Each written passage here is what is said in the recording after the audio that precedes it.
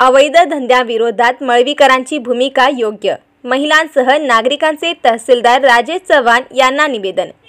तालुक्यातील अवैध धंद्याविरोधात ॲडव्होकेट संतोष मळवीकर यांनी घेतलेली भूमिका योग्य आहे, त्यामुळे ते बंद करावेत अशा मागणीची निवेदन चंदगड तालुक्यातील नागरिक व महिलांनी चंदगडचे तहसीलदार राजेश चव्हाण यांना दिले।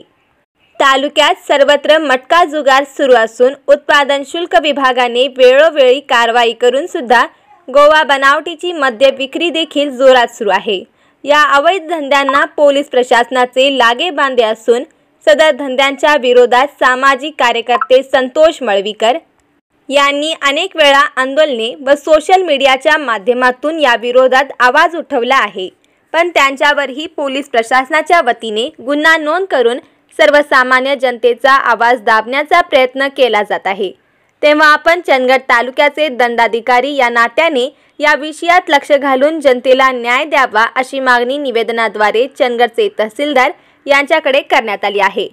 निवेदनावर दयानंद गावडे, रोहिणी मेनसे, पूनम पाटील, श्रीमंता पाटील, रेणुका जगताप, तेजस्विनी पाटील, सुनील नाडगौडा, बापू शिरगावकर, अनिल गावडे, सागर गावडे, विश्वनाथ ओवळकर, ज्ञानेश्वर माने, उदय पाटील, बाबू शहापूरकर, महेश बोकडे, स्वप्नील पाटील, महिला यांच्या सह्या आहेत।